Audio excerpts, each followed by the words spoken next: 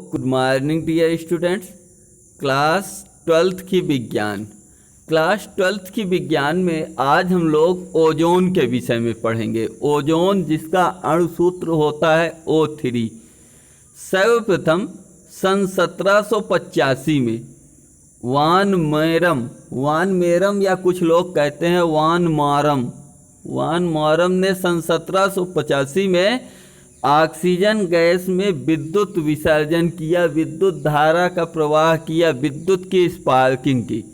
करने पर एक विशेष प्रकार की गंध का अनुभव किया, जिसे बाद में सानवीन नामक साइंटिस्ट ने प्रतिपादित किया कि यह विशेष गंध की एक नई गैस का सूचक है जो ऑक्सीजन से भिन्न गैस है।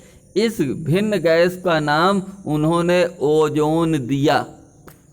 ओजोन एक प्रमुख गैस है जो सूर्य से आने वाली पराबैंगनी किरणों को हम तक आने से रोकती है। ओजोन गैस का एक परत है जो पृथ्वी तल से करीब 18 से 25 किलोमीटर के बीच के एक स्तर के रूप में है। आप लोग जानते होंगे ओजोन परत के में छिद्र हो रहा है। उसके क्षरण के कारण ओजोन की परत क्लोरोफ्लोरोकार्बन नामक गैस से उसमें छिद्र उत्पन्न हो रहा है, जिसके कारण विषैली नुकसानदेह अल्ट्रावायलेट किरणें हम लोगों तक आ रही हैं। इन अल्ट्रावायलेट किरणों के फलस्वरूप हमें हमारी बॉडी को, हमारी त्वचा को नुकसान हो रहा है, जिसके फलस्वरूप कैंसर उत्पन्न हो रहा है, जिसे त्वचा कैंसर कहते हैं। त्वचा कैंसर का जनक है अल्ट्रावायलेट रेज।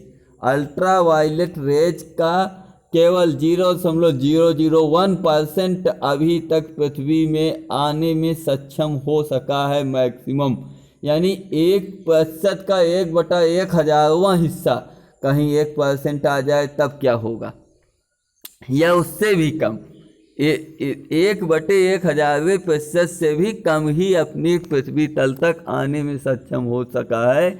यदि इससे इतना पर्याप्त 1% कहीं अल्ट्रावायलेट रेज आ जाए तो क्या होगा, बहुत नुकसान होगा और भयानक गर्मी बढ़ जाएगी। उपस्थिति। ओजोन गैस कहाँ पाई जाती है? वायुमंडल में ओजोन अल्प मात्रा में पाई जाती है। बहुत थोड़ी मात्रा में ओजोन वायुमंडल में पाई जाती है। O3 की उपस्थिति पर होने पर यह विषैली हो जाती है। O3 की उपस्थिति के कारण यहाँ वायुमंडल की गैसें विषैली हो जाती है। समुद्र तल से लगभग 25 किलोमीटर ऊपर वायुमंडल में ओजोन परत की सांद्रता अधिक है, माने बहुत अधिक मात्रा में ओजोन गैस का एक परत है, तथा यह पराबैंगनी किरणों को पृथ्वी पर आने से रोकती है। पराबैंगनी किरणों को पृथ्वी तल पर आने से कौन रोकता है? ओजोन O3, जिसके फलस्वरूप यहाँ पर ओजोन पराबैंगनी किरणें नहीं आ पाती हैं। वायुमंडल में ओजोन परत का विशेष महत्व है, अपना अलग महत्व है। यह पराबैंगनी किरणों को पृथ्वी तल पर आने से रोकती है, जिससे पृथ्वी पर उपस्थित जीवों, पेड़ पौधों के लिए अत्यधिक हानि उत्पन्न होती है। यह अत्यधिक हानिकारक है। पराबैंगनी किरणें पृथ्वी तल पर उपस्थित जीवों तथा पौधों के लिए बहुत अधिक हानिकारक है। जितनी अधिक हानिकारक पराबैंगनी किरणें हैं पृथ्वी तल पर उपस्थित जीवों के लिए, उतनी हानिकारक कोई अन्य गैस नहीं है, न कोई अन्य पदार्थ है। नवीनतम खोजों द्वारा ज्ञात हुआ कि प्रदूषण के कारण बढ़ते हुए पर्यावरणीय प्रदूषण, पेड़ पौधों का अंधाधुंध कटाई, जैसे कि रेफ्रिजरेटर, फ्रिज, कूलर, एसी आदि का आधुनिक सुख सुविधा के रूप में, या ऐसी कारों का हम लोग जितना अधिक उपयोग कर रहे हैं, जिसके फलस्वरूप वायुमंडल में विभिन्न प्रदूषक उत्पन्न हो रहे हैं। इन प्रदूषकों में से आपका chlorofluorocarbon, methane, nitrogen, CO, carbon monoxide जैसी विषैली गैस, मीथेन, ये सब उत्पन्न होती हैं।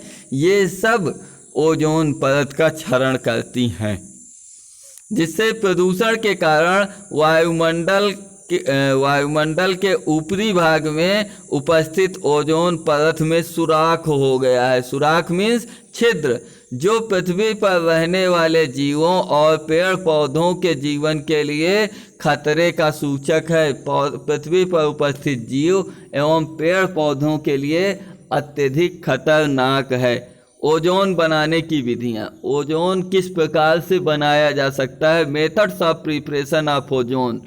शुष्क ऑक्सीजन में कम ताप पर, बहुत कम ताप पर नीरव विद्युत विसर्जन, silent electric discharge, silent electric discharge थोड़ी मात्रा में, अल्प मात्रा में सूक्ष्मता से साइलेंट विद्युत विसर्जन किया जाए तो कुछ ऑक्सीजन ओजोन में बदल जाती है।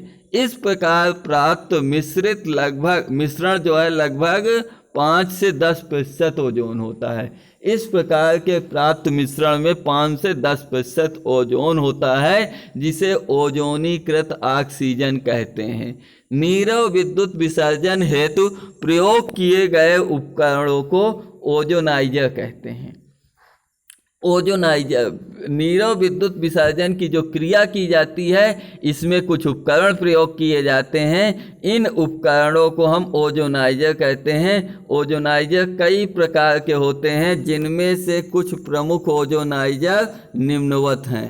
पहला है सीमेन ओजोनाइजर, दूसरा ब्रॉडी ओजोनाइजर, तीसरा सीमेन एवं हाल्सके ओजोनाइजर। 3 प्रकार के ओजोनाइजर यहाँ पर प्रयोग किए गए हैं। ओजोन बनाने के लिए 3 प्रकार के उपकरण हैं। पहला सीमेन ओजोनाइजर। सीमेंस नामक वैज्ञानिक ने अपना एक ओजोनाइजर बनाया, जिसके द्वारा उन्होंने ओजोन गैस को बनाया, जिसे सीमेन ओजोनाइजर कहा गया। फिर ब्रॉडी ने, और तीसरे प्रकार के ओजोनाइजर सीमेन एवं हाल्सके ने मिल करके बनाया। प्रयोगशाला में सीमेन एवं ब्रॉडी ओजोनाइजर के द्वारा ओजोन गैस बनाई जाती है, जबकि औद्योगिक पैमाने पर, अगर बहुत अधिक पैमाने पर हमें ओजोन की आवश्यकता है, तो उसके लिए सीमेन एवं हाल्सके ओजोनाइजर प्रयोग किया जाता है। इन ओजोनाइजरों के विषय में हम लोग कल पढ़ेंगे। इन तीनों ओजोनाइजर के विषय में हम लोग कल इकट्ठा पढ़ लेंगे। मिलते हैं कल। सीमेन ओजोनाइजर, ब्रॉडी ओजोनाइजर एवं सीमेन हाल्सके ओजोनाइजर के साथ। तब तक के लिए जय हिंद, वंदे मातरम।